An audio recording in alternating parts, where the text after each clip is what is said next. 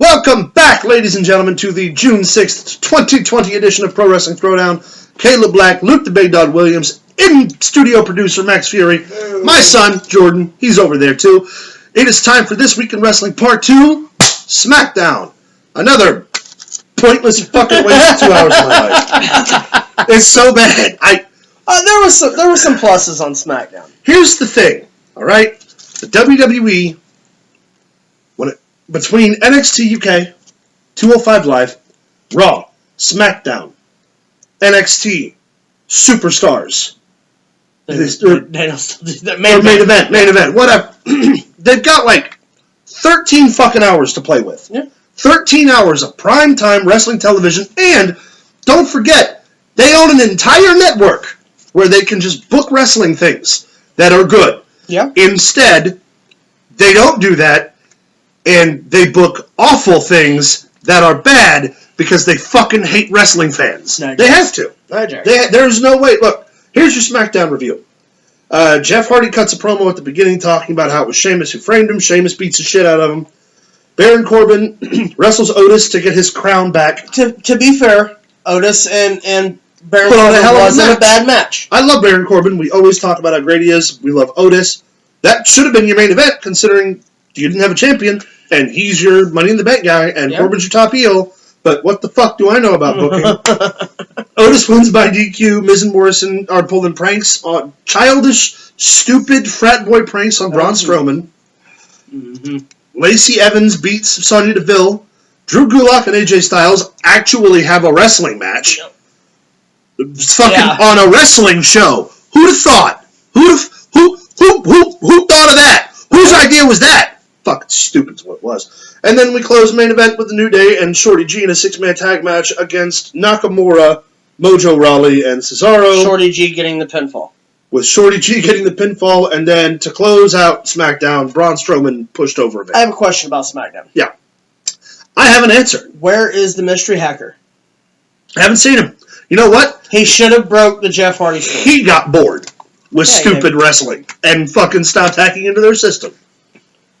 I'm telling you, man. It's got to get better. And he decided there's too much corruption to expose and quit. And how is it week to week? He's doing some kind of rally somewhere. We can go from being like, man, SmackDown was actually really good last week, to the very next week, like, it's just a painstaking, it's like taking a shit that's 2 hours long. It's awful, it's uncomfortable, and by the time you're done, you really, really regret having had to do it. Thanks for really putting that in perspective. That was... Thank you. Very colorful. SmackDown, one. SmackDown gets a fucking 1. And SmackDown's on Fox. SmackDown's on Fox on primetime free air television that everyone can watch. And no one watches it. Well, because it's bad. We watch it. We have to watch it. For you. You don't even have to watch it anymore. Just tune in. I'll tell you the 2 matches they had in the fucking 2-hour show. You know what was the most interesting part of SmackDown?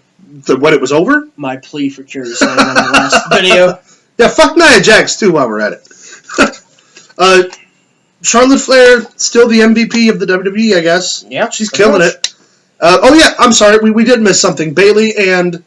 Oh, yes, Bayley and Sasha Banks. Sasha win the Tag Team Championships, which means Bayley now holds the women's title for the first time. SmackDown, and the Tag Team titles, which I think makes her the only champion to do that, right? Yes. For only to hold them at the same time, yes. Yeah. So, congratulations to those Bayley, two. Yeah, I mean, but to be fair, I see the only reason, I'm guessing the only reason that they won the tag titles is because they're going to want Bliss to turn on Cross. Yeah. So that way they have another heel to work Raw. I'm sure that she's going to Raw. Yeah. And you've got Nikki Cross, a sympathetic babyface out of the whole situation that could go up against Bayley. And you've got your and not to mention them losing the tag titles can also kind of push forward the Sasha Banks Bayley future. Well, and you can have Sasha Banks and Bayley on Raw because they're the tag champions. Right, and you can move them around. They can do more. That'll free them up. Obviously, Charlotte's working every show, so it'll free them up to kind of. She's working every show well. Yeah, she's a damn Flair. Between her schedule and the way she's working, she's working an old school Ric Flair. Yes, she is. And she's doing it well. She's not missing a beat. No. Not missing a beat at all. Not at all. I think that Sasha, for the women's sake, I think Sasha Banks and Bayley being able to travel to both shows is a plus. Yeah. I think that it will rejuvenate the women's division, and you have more people for Nia Jax to hurt. Yeah. Because Lord knows Kairi Sane can only take so many beatings.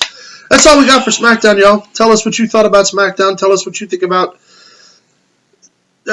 just anything, I guess. SmackDown wasn't good. I'm giving it. We'll talk comic books. I'm giving it a point. 1. Yeah. Tell us what you thought about the Jeff Hardy segment. What you thought about the Braun Strowman segment. Tell us how you think they can fix it. How can they right the ship? That's what I want to know what you think.